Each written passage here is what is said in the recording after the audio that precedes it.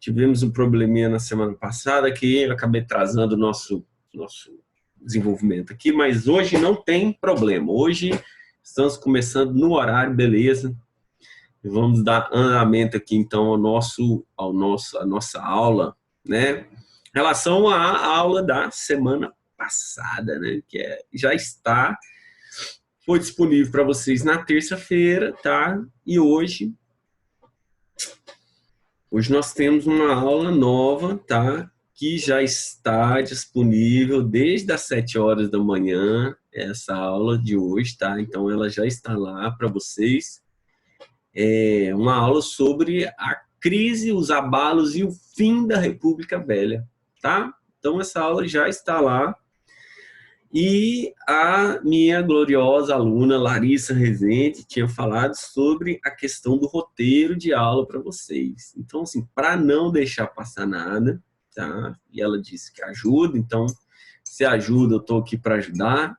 Se for para atrapalhar, eu não estaria aqui. Então, assim, em relação à questão do roteiro, então, assim, como eu não havia passado o roteiro antigo, então eu fiz o roteiro antigo para vocês e já fiz o roteiro novo, tá? Então, esse roteirinho novo, ele já está também disponível, esse roteiro de aula, para vocês acompanhando, conceituando, né? Acompanhando junto ao livro de vocês, tá? E então, assim, vai facilitando a vida de vocês completamente, né? Então, diante disso tudo, então vamos começar aqui as nossas considerações. Só tem que ser no livro, tá? As questões que eu passei para vocês, tá? Em relação ao roteiro, aquele roteirinho, algum conceito, né? Deixa eu abrir o roteiro aqui. Deixa eu abrir aqui o roteiro, fica mais fácil para a gente discutir. Em relação a esse roteiro aqui, ó, do dia 11. Aqui, deixa eu abrir aqui. Esse aqui. Em relação a esse roteiro aqui, vocês tiveram alguma dificuldade, encontraram todas as questões, essas revoltas aqui, tá? Essas sociedades, lutas, resistências, frustrações, essas revoltas aqui, eu falei, tá? Eu falei essas revoltas de uma maneira breve lá, apontando, conceituando cada ponto dessas revoltas aqui, tá? Existe uma leitura de vocês para complementar as ideias, tá? E eu sugiro a vocês a fazer um quadro resumo dessas revoltas. Por quê? Se a gente pega aqui Canudos, Contestado e Cangaço, são revoltas de base do campo rural. Então, essas revoltas aqui exigem o quê? Os movimentos do campo. As revoltas da vacina, Chibata e movimento operário são revoltas urbanas. Por isso que eu coloquei em 2 blocos aqui e não fui por ordem temporal. Porque se fosse por ordem temporal, nós vínhamos aqui com Canudos, Cangaço, vacina, Chibata, né? Contestado e movimento operário de 1917. Tá? Então, assim, lá no vídeo tá explicadinho para vocês todos esses pontos aqui. Nos outros vídeos, tá? Nos outros vídeos também tem esses conceitos, coronelismo, políticos dos governadores, café com leite, fundo de loan, convênio de Taubaté, e tem no livro de vocês, então procurem, tá? Fazer a leitura e conceituar. Conceituar é um exercício. Isso aqui é um exercício que você faz durante a leitura. Falou, opa, políticos dos governadores é isso? Então tá, vou colocar aqui. Depois você retoma o roteiro, para que ocorra novamente o quê? Uma familiaridade de vocês com esses roteiros. Tudo bem? Então, ó, as questões tá aqui, tá? Essas questões aqui do exercício de vocês, ele tá na página 647, né? 647. A participação de vocês vai compor as notas desse segundo semestre, como eu já havia falado. No semestre passado, igual eu falei, a gente estava se adaptando e aí eu fiquei muito preocupado com a teoria e fui muito pouco com a prática. Dessa vez, essas aulas aqui, elas serão aulas exclusivamente de dúvidas e para a gente o quê? Resolver os exercícios. Então, o exercício que eu passei na última aula, ela é do nosso livro didático, páginas 647 e 648, tá? Eu vou pontuar as listas. A lista eu já falei que eu vou recolher, lista 2, 3 e 4, tá?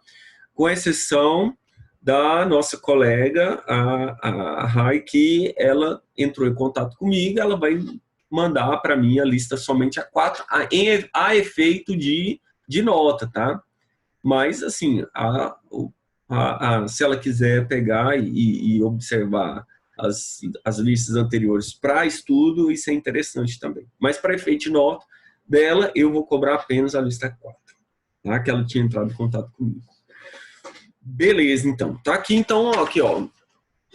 As notas de vocês vão estar, as notas de participação tá aqui. Então, eu vou fazendo o exercício, vocês vão falando.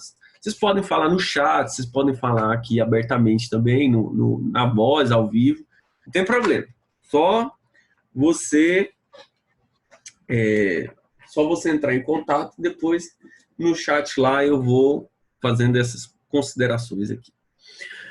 Então, é nessa diretriz aqui que a gente tem. Eu gostaria que vocês abrissem o livro lá na página 647, tá? 647. E nós vamos fazer todas essas questões aqui, são muitas questões, tá? Então, assim, vai dar tempo para a gente discutir bastante. Eu vou aqui em cima dos conceitos de vocês, né? Bom, a primeira é uma questão do Enem, né? Que já é interessante para nós, até para treinarmos aí, para a gente saber como que o Enem funciona, né? Então, se vocês tiverem alguma dúvida sobre o roteiro, é só fazer a intervenção aqui que eu sano essa dúvida de vocês, tá bom? Então, vamos lá, então. Lá na página 647, tá? Na página 647, tá assim. A figura do coronel era muito comum durante os anos iniciais da República, principalmente nas regiões do interior do Brasil. Então, esse é o coronelismo, é o primeiro conceito aqui, ó. Olha aqui o conceitozinho, ó, o coronelismo, tá? Aí, no texto, ele vai falando as características do coronelismo, né? Olha lá. Normalmente, tratava-se de grandes fazendeiros, então ele está respondendo o conceito que está aqui no roteirinho de vocês, hein? Atenção a isso aí. Grandes fazendeiros que utilizavam seu poder para uma rede de clientes políticos, garantir resultados de eleições. Era usado o voto de cabresto. O que era chamado voto de cabresto? Quem consegue responder para mim? Pode ser no chat. Por que era chamado de voto de cabresto? Esse período aqui.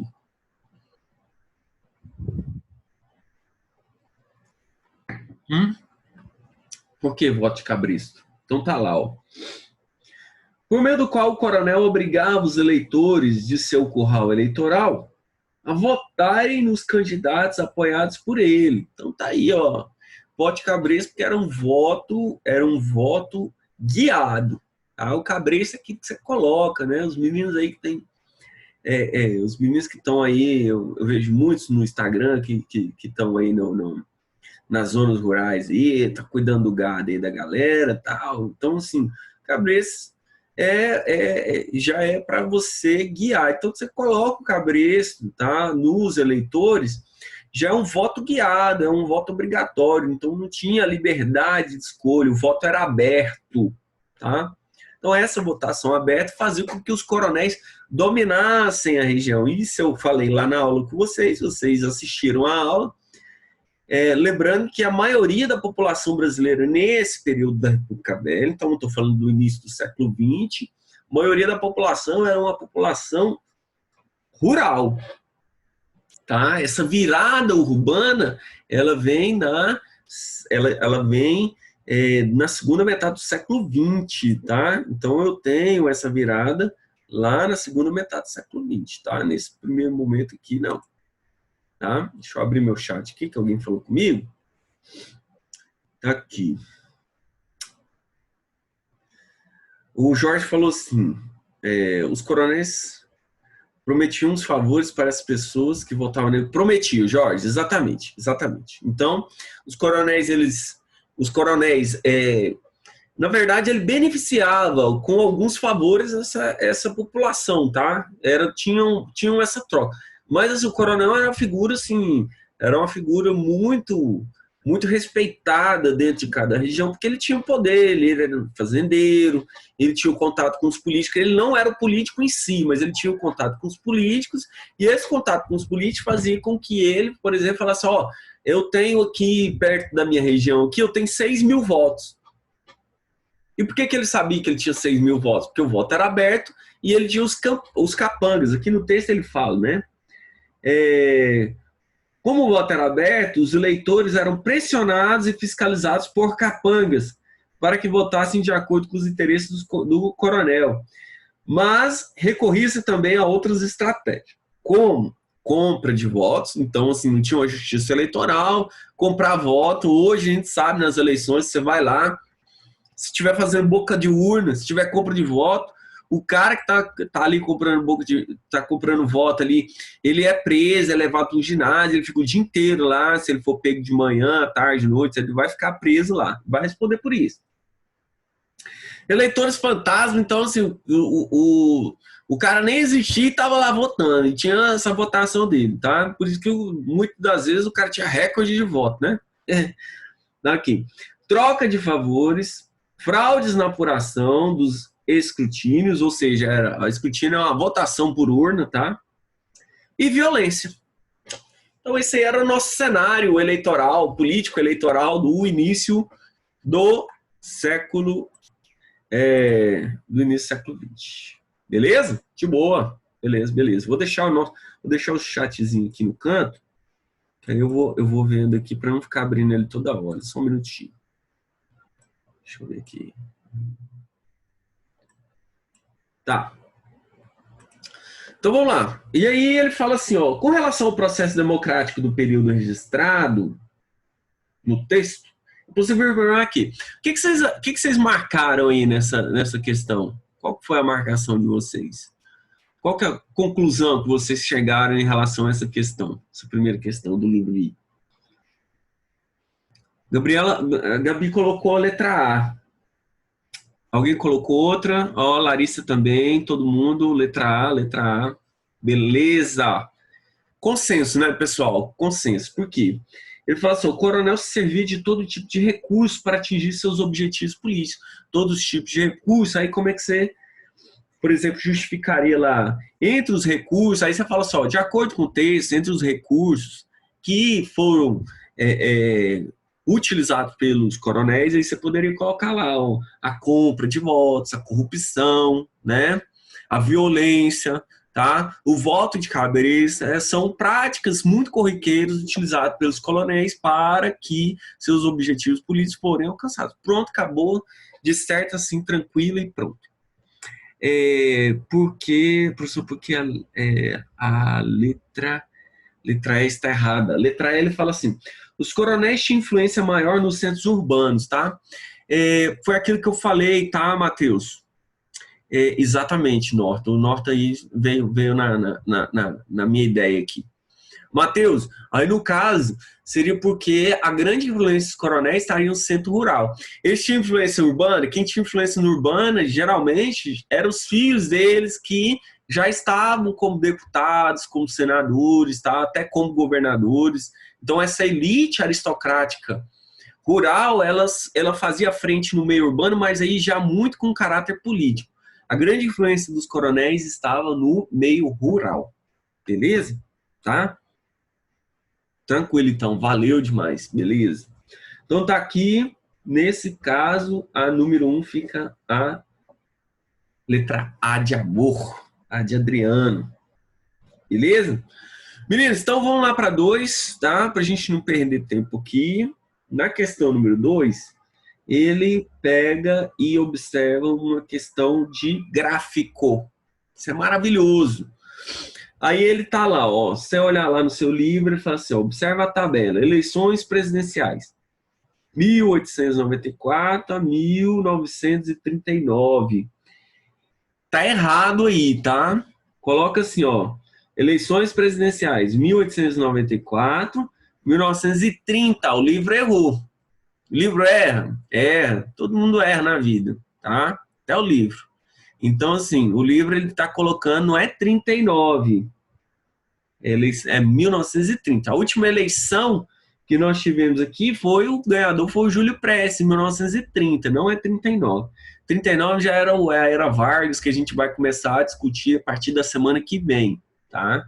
Aliás, porque é do semana, porque semana que vem é o que eu vou disponibilizar esse vídeo para vocês na semana que vem. Essa semana é a crise da República Velha, tá? Vídeo que já está disponível lá na plataforma de vocês, com as questõezinhas e tal, tudo certinho, bonitinho. Beleza? Então tá lá. Tá aqui, ó, os presidentes. Só curiosidade para vocês aqui, ó, só curiosidade. Se liga aqui na minha ideia. Prudente de Moraes, Campos Salles, Rodrigues Alves, Afonso Pena, Hermes da Fonseca, Venceslau Braz, Rodrigues Alves, Epitácio Pessoa, Arthur Bernardes, Washington Luiz, Júlio Prestes. Desses presidentes aí, somente um deles não era advogado. Tá? Somente um. Que é o Hermes da Fonseca, que foi eleito em 1910, ele era um marechal. Inclusive, sobrinho do Deodoro da Fonseca. O professor Deodoro da Fonseca, primeiro presidente do Brasil que a gente estudou, exatamente, sobrinho dele. E desses presidentes aqui, a maioria era de São Paulo ou de Minas. Se você for pegar, por exemplo, Prudente Moraes, Campos Salles, Rodrigues Alves, os três primeiros aqui eram de São Paulo. Por isso que eu questiono aquele termo que a gente fala aqui, a política do café com leite é o revezamento entre os candidatos de Minas e São Paulo. Não tem nada de revezamento, tá? Política do café com leite é uma negociação política entre os estados de São Paulo e Minas para compor sempre assim, para ter sempre a maioria eleitoral. Agora, assim, se os candidatos fossem de Minas e São Paulo, aí o acordo era interno. Muitas vezes o acordo foi quebrado. Tanto é que você vai ver no vídeo de hoje que a política do café com leite, um dos fatores para ela entrar em ruína foi a eleição de 1930. Mas isso você vai ver lá no seu vídeo, tá? Isso eu não vou adiantar para vocês, não. Vocês vão ver hoje. Vocês vão assistir lá nossa aula, né? Nossa aula que vai estar disponível lá. Beleza. E outra coisa, desse detalhe, todos esses caras aqui, com exceção do Hermes da Fonseca, todos eles eram advogados, todos. Se você pegar, eu fiz um balanço, eu fiz uma pesquisa no site da Câmara dos Deputados, falando sobre a biografia de cada um, você encontra lá na Câmara dos Deputados, você encontra a biografia desses presidentes aqui. Todos eles eram advogados, com exceção do Hermes da Fonseca. Então, assim, a gente entende que essa aristocracia, ela compunha, era uma aristocracia letrada, mas eram agricultores, tá? Então, são os donos do café ali, esses caras eram os caras que fizeram seus respectivos cursos de direito, então, esses caras estão muito ligados aqui, entendedores de leis, entendeu? Então, assim, aí o domínio fica mais fácil, da mesma maneira como ocorre hoje, né? Então, pega lá, faz uma leitura geral lá para ver quem que é deputado, quem que é senador. Então, os caras conhecem tudo de lei, conhecem tudo de política, né? Bom, enfim, ele fala assim, ó, a partir da tabela pode afirmar que... Então, assim, lá na tabela, todas as vezes que você for fazer uma análise da tabela, você tem que olhar quais são os pontos que a tabela, quais são os valores que a tabela te proporciona. Então, ele tem 3 colunas, tá? Ele tá falando assim, número de votantes por 1000, então tá lá, ó. Prudente Moraes, 365 mil votantes, 462 mil. Então, assim, tudo por 1000, tá? Júlio Prestes, aqui já é na casa de 1 milhão, né? 1.890.000 votantes, beleza? Porcentagem de votantes sobre a população. Então tá aqui, ó, 2% da população votou. É muito ou pouco? Pouquíssimo, né? Raríssimo. Então, aqui, ó, 2,7% votou, 3,4%. Hoje, como voto com a Constituição de 1888, Constituição Cidadã, nós temos uma grande parcela da população, a maioria da população, ela vota. Tá? Porque analfabeto vota, adolescente de 16 a 18 tem um voto facultativo, só vai se quiser, mas ele pode votar, né? Idoso pode votar, mulher pode votar, coisas que aqui não existiam. Então, por isso que esses números eram muito baixos, tá? Então, o voto, ele era um voto, não era um voto abrangente, era um voto mais restrito, beleza? E porcentagem dos votos do vencedor sobre o total de votantes, tá? Então, assim, os caras, olha lá, ó, se você pegar, é assustador o quanto o sistema eleitoral ele era corrupto, né? Porque, por exemplo, Prudente Moraes conseguiu 83%, teve aqui o Afonso Pena 97%, Rodrigues Alves, o mesmo Rodrigues Alves lá de cima, tá? De 1902, ele ganha a eleição de 1918, tá? Ele só não vai assumir, mas ele ganha. Por que ele não assumiu? Porque ele foi vítima da gripe espanhola, tá? A gripe espanhola aí que veio dizimar tão quanto os números aqui, igual a gente tá chegando do Covid-19, né? Então a gripe espanhola matou até presidente eleito, que foi o Rodrigues Alves. Então aí teve a eleição, o Epitácio Pessoa, ele acabou ganhando com 71%, por isso que está aí na tabela. Então assim, bom a gente entender essa tabela assim para a gente ver o que a gente pode marcar lá em relação às questões, né? É uma tabela que essa questão, apesar de ser da Universidade Federal do Triângulo Mineiro, tá? O FTM, ela é muito parecida com o Enem, tá? Muito ligado nessa análise de tabela aí, que isso vai exigir muito de vocês para janeiro, que eu espero que vocês façam o Enem, e pro, se Deus quiser, pro final do ano, né? Então vocês vão ter 2 Enems ano que vem. Então, assim, ano que vem saiu vacina aí e a gente volta ao normal. Se Deus quiser, né? Então aí, a partir da tabela pode afirmar aqui. O que vocês marcaram aí? O que vocês conseguiram marcar? O que vocês conseguiram observar aí?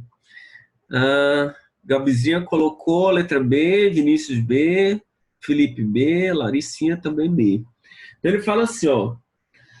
Os números expressam o caráter oligárquico do regime imperante. Onde eu vejo esse caráter oligárquico do regime imperante? Qual que é? Na primeira, segunda ou terceira coluna? Terceira coluna. Muito bem, Norton. Muito bem. Exatamente é esse ponto aí, terceira coluna. Quando a gente expressa os próprios números, ele dá noção para nós, né? Olha, teve o tanto que o sistema era corrupto, teve presidente que conseguiu 98%, 91%, né? 91,1%, Rodrigues Alves, Venceslau Braz, 91,6%. O Afonso Pena, 97,9%. Então, assim, porra, 97% da população é muita gente, né? Em uma pessoa só. É muita porcentagem, né? Então, a correta mesmo seria a letra B. Me marcou alguma outra que queira colocar aí, queira mostrar, queira falar? Se marcou, às vezes marcou por... Não? Beleza? Então tá bom. Bom, então é nessa perspectiva que a gente vai fazer essas questões, as questões objetivas, né? A questão número 3. Leia o texto com atenção e responda às questões, tá? E aí, numa questãozinha de dissertativa, igual essa aqui, você já faz o seguinte, já vai lá isso aqui é um bizuzinho, tá? Isso aqui é um macetezinho para vocês nunca perderem tempo nas questões dissertativas. Quando eu falo assim, leia o texto e responda as questões, já vai lá na questão e dá uma lidinha na questão para ver o que essa questão quer de você em relação à leitura do fragmento, tá? E outra coisa, nunca despreze, por exemplo, a fonte, né? Olha lá a fonte lá, ó. Cláudio Henrique de Moraes Batalha, o movimento operário na Primeira República. Então, o que ele vai falar? Ele está falando no movimento operário, né? Primeira República, República Oligarca. E aí, o seu HDzinho aqui, ó, ele já vai abrindo as pastinhas lá que a gente já estudou. Beleza? Então, ele vai estar aqui, ó, vai vir falando aqui, ó, de movimento operário, tá? Vai vir falando dessas lutas aqui, ó, que a gente estudou, estava aqui no roteirinho de vocês, beleza. Então ele fala assim, ó, no município de São Paulo, segundo os dados do Censo Populacional de 1920, as mulheres representavam 29% dos trabalhadores empregados em todos os ramos da indústria. Então, assim, 29% dos trabalhadores da indústria de São Paulo, 29% eram mulheres, tá? Então, se você pegar, assim, quase um terço era mulher.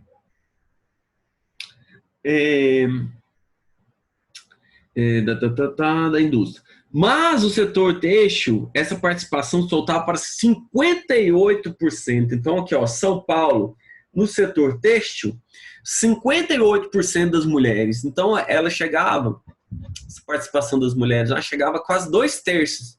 A maioria, então, mulheres. Beleza. Então, esse é o dado que ele deu aqui para a gente dentro do texto. Já no Rio de Janeiro, então, no Distrito Federal, a participação das mulheres entre os trabalhadores da indústria era ligeiramente inferior. Então, assim, no Rio de Janeiro, 27%, 29% em São Paulo, 27% no Rio.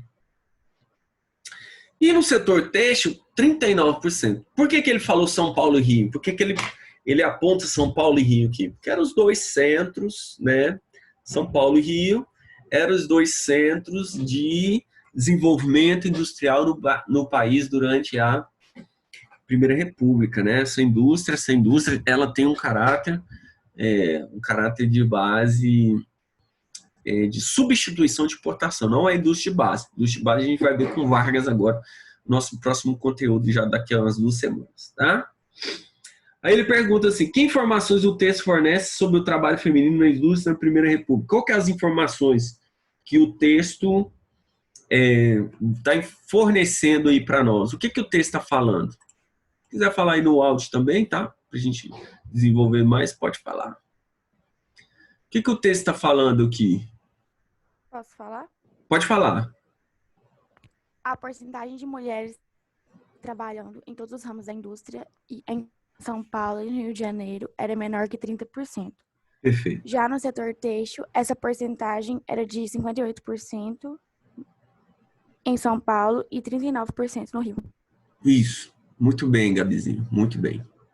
A Gabi falou, então ele está querendo retratar a alta participação, e ela mostrou isso em números, a Gabriela mostrou em números, essa alta participação das mulheres no ramo do sucesso. Você fala assim, pô, mas as mulheres sentiam preconceito?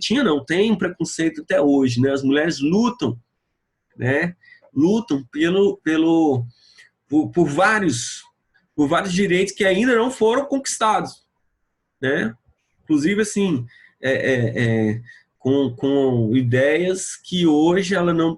Ideias que de base patriarcal, machista, que hoje não teria espaço dentro dessa sociedade nossa, e que tem que ser lutada e combatida, né? Então, assim, a maioria das mulheres, então, a maioria dessa mão de obra, ela trabalhava na indústria. Então, o texto está representando isso, né? A alta porcentagem com a mão de obra dentro do setor têxtil, tá? Dentro do setor têxtil. O que levava a mulher a buscar trabalho nas fábricas? E aí? Gabi, quer ir nessa também? Nessa letra B?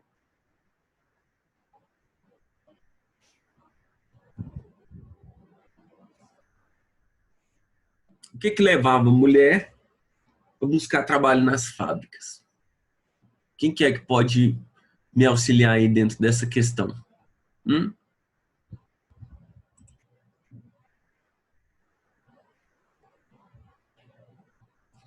Antônio, o viés não é muito esse, tá? O Antônio ele colocou aqui, ele falou assim, que ela não tinha oportunidades na área rural. Não, ela era uma outra mão de obra na área rural, mas dentro de outras especificações, tá? O que é que leva as mulheres a, né, que ele está perguntando aqui, o que levava as mulheres, a mulher a buscar trabalho nas fábricas? Então são 3 pontos fundamentais aqui, tá? As remunerações, tanto de mulheres, então nas fábricas trabalhavam mulheres, crianças e homens. A remuneração dos homens não era assim suficiente para atender a renda dentro da estrutura familiar. Então, o que levava a mulher a ir para as fábricas trabalhar é a complementação da renda familiar, haja vista que a remuneração dos homens, tá, era muito baixa. Os próprios homens trabalhar nas fábricas. Isso é um ponto. O segundo ponto também que a gente pode colocar é um ponto decisivo, que os patrões, tá, os donos das fábricas, preferiam as mulheres e crianças do que os homens. Por quê que eles preferiam mulheres e crianças? Porque o mesmo trabalho que era feito por homens, as mulheres e crianças recebiam cerca de 1/3 a menos do que os próprios homens. Se a gente tem essa realidade hoje, tá, gritante, dentro das pesquisas que mostram que as mulheres ainda fazem o mesmo trabalho e recebem menos, tá? E isso é uma das lutas que as mulheres que desenvolvem hoje. Você imagina isso no início do século XX, dentro de uma sociedade machista e com um agravante, né? Com a ausência de leis trabalhistas. Então, esse fator ele é determinante. Os donos das fábricas também prefeririam as mulheres e crianças em virtude dos homens, porque elas, as mulheres e as crianças, fariam o mesmo trabalho e ganhariam cerca de 1/3 a menos do que os homens. Beleza? Alguma dúvida? Antônio, pode colocar isso, tá? Esse elemento que eu coloquei, que eu falei para vocês aqui, tá? A questão da oportunidade na área rural é como se existisse um êxodo rural, tá? Esse êxodo ele vai existir, mas não por conta dessa desapropriação e tal, mas muito por conta de uma conjuntura. Mas esse êxodo também vai ser muito desenvolvido a partir da segunda metade do século XX, tá? Não nesse primeiro momento aqui, não. Beleza? Então tá, questão número 3, resolvidinho aqui. Vamos então para número 4. Ali, a 4 também vai falar sobre as fábricas, né? A questão da VUNESP de São Paulo. Ele fala assim, ó.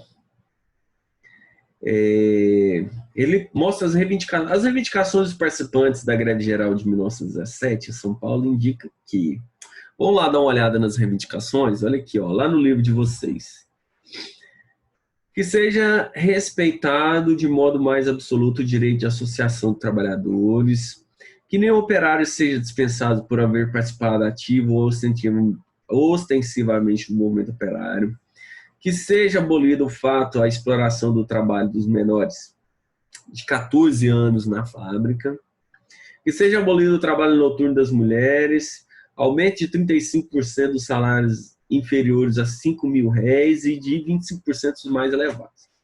Jornada de 8 horas de trabalho. Então, essas eram as reivindicações. A verdade, tudo que eu li aqui hoje é protegido, né, pelas leis trabalhistas, a CLT de 1º de maio de 1943, tá? A CLT é a consolidação das leis trabalhistas, tá? Eu vou falar um pouquinho mais lá na frente, tá? Quando estiver falando de vagas. E aí, dentro dessas questões aqui, o que eu posso marcar de correto aqui? Que letra ficaria aqui nessa número 4? Laricinha colocou a letra B. né? Letra B. Quem mais? Alguém colocou outra? Todos colocaram a letra B. Ele fala assim, ó, na letra B. O Brasil não dispunha de legislação trabalhista e as condições de vida e trabalho dos operários eram, na maioria dos casos, ruins. Perfeitamente. Essa aí era a letra correta, a letra B. Então, quando ele atinge, quando ele fala sobre essas questões, tá? Sobre a jornada de trabalho, lembrando vocês que a jornada de trabalho de mulheres e crianças e homens era tudo a mesma coisa, eram jornadas de 12, 13 até 14 horas dentro de uma fábrica, tá? Sem as condições de salubridade correta, tá? Com castigos. Então, assim, era uma semi-escravidão remunerada, né? Então, assim, essa luta trabalhista durante esse período, ela é de fundamental importância aqui dentro do nosso contexto da República Velha, né? Bom, então a correta fica a letra B de bola, né? Aí ele coloca mais 3 questões aqui e dessas questões aqui ele fala também é uma questão que tem a ver muito com o texto, tá? Então, assim, se você lê o texto, você viu minha aula e leu o capítulo, você vai responder ela bem facilmente, tá? E o destaque que eu dou é a questão 7, né? Que ele fala que o Congresso Brasileiro em 2003, tá? Ele vai recuperar, né? Ele vai restabelecer a patente dos marinheiros lá da revolta da Chibata, que eu comentei, a revolta de 1910, do almirante do glorioso João Cândido, o almirante negro, tá? E aí ele fala que vai restabelecer as patentes de todos aqueles, né, que eles perderam a patente, tal. Eu falei isso lá no vídeo. Aí ele pergunta se o decreto pode ser considerado uma construção da cidadania. Pode sim, tá? É uma construção, porque ele reconhece a luta durante o processo de massacre desses governos anteriores em relação à população. Meninos, então é isso, tá? Nossa aula já está disponível, tá? A aulinha nossa está disponível para vocês. A crise da República Velha, os abalos. Termina as questõezinhas que vai gerar a lista 4, depois eles vão marcar com vocês para as próximas aulas. Beijo para vocês, um grande abraço, boas aulas, tá? Bons estudos, boa semana também para vocês. Juízo, vamos ficar em casa. Tá terminando, tá chegando a vacina, já a gente retoma. Grande abraço, valeu! Demais a conta, Jorjão. Vamos organizar mais aqui umas lives. Depois eu tenho que fazer a famosa live lá. Esse final de semana foi meio corrido, mas a gente troca um violão aqui. Beleza? Valeu!